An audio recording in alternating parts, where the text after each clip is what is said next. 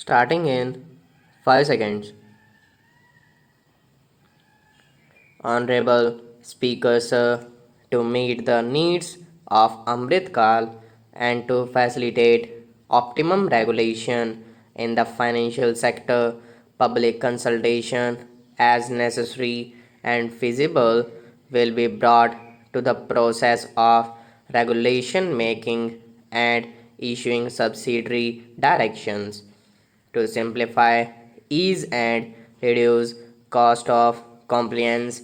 Financial sector regulators will be requested to carry out a comprehensive review of existing regulations.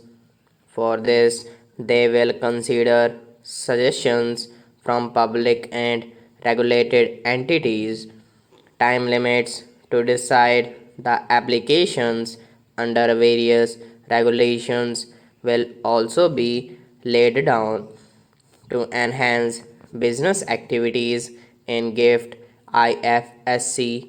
The following measures will be taken: delegating powers under the SEZ Act to IFSCA to avoid dual regulation, setting up a single window IT system for registration and approval from IFSCA, SEZ authorities, etc., permitting acquisition, financing by IFSC banking units of foreign banks, establishing a subsidiary of Exim Bank for trade refinancing, amending IFSCA Act for statutory provisions for arbitration, ancillary services, and avoiding dual regulation under SEZ Act and recognizing offshore derivative instruments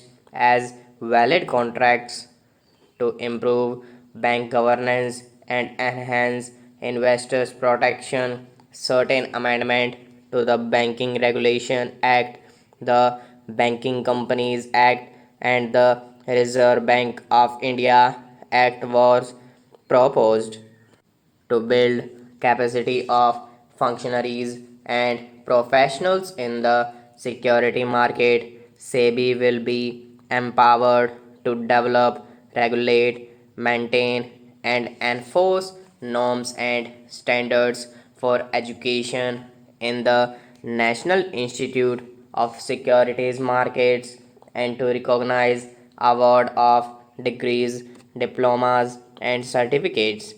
A central processing center will be set up for faster response to companies through centralized handling of various forms filled with field officers under the Companies Act for investors to reclaim unclaimed shares and unpaid dividends from the Investor Education and Protection Fund Authority with ease. An integrated IT portal will be established. Digital payments continue to find wide acceptance. In 2022, they show increase of 76% in transactions and 91% in value. Fiscal support for this digital public infrastructure will continue in 2023-24 for commemorating Azadi Ka Amrit Mahotsav. A one-time new small savings scheme, Mahila Samman Savings Certificate, will be made available for a 2-year period up to March 2025. This will offer deposit facility up to rupees 2 lakh. The maximum deposit limit for senior citizen schemes will be enhanced from rupees 15 lakh to rupees 30 lakh. The maximum deposit limit for monthly income account scheme will be enhanced from rupees 4.5 lakh to rupees 9 lakh for single account and from rupees 9 lakh to rupees 15 lakh for joint account.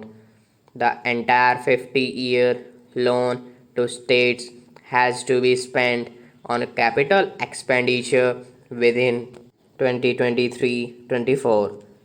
Most of this will be at the discretion of states, but a part will be conditional on states increasing their actual capital expenditure. Parts of the outlay will also be linked to or allocated for the following purposes: scrapping old government vehicles, urban planning reforms and actions, financing reforms in urban local bodies to make them credit worthy for municipal bonds, housing for police personnel above or as part of police stations, constructing unity malls, children and adolescents, libraries and digital infrastructure, and state share of capital expenditure of central schemes. States will be allowed a fiscal deficit of 3.5% of GSDP, of which 0.5% will be tied to power sector reforms. The revised estimate of the total receipt other than borrowings is rupees 24 lakh crore, of which the net tax receipt are rupees 21 lakh crore. The revised estimate of the total expenditure is rupees 42 lakh crore, of which the capital expenditure is about rupees 7.3 lakh crore.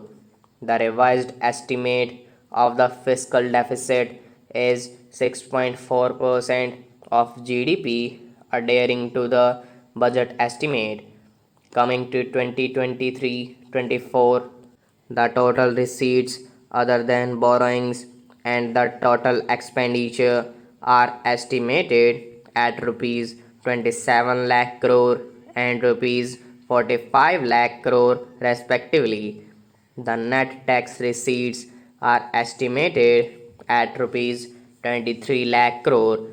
The fiscal deficit is estimated to be 5.9% of GDP.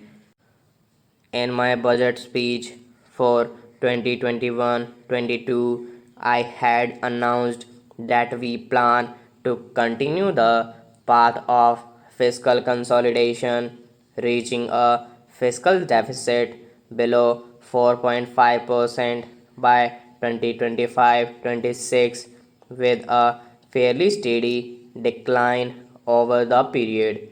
We have adhered to this path, and I reiterate my intention to bring the fiscal deficit below 4.5% of GDP by 2025-26. To finance the fiscal deficit in 2023-24, the net market borrowings from dated securities are estimated at rupees 11.8 lakh crore. The balance financing is expected to come from small savings and other sources, estimated at rupees 15.4 lakh crore. Stop.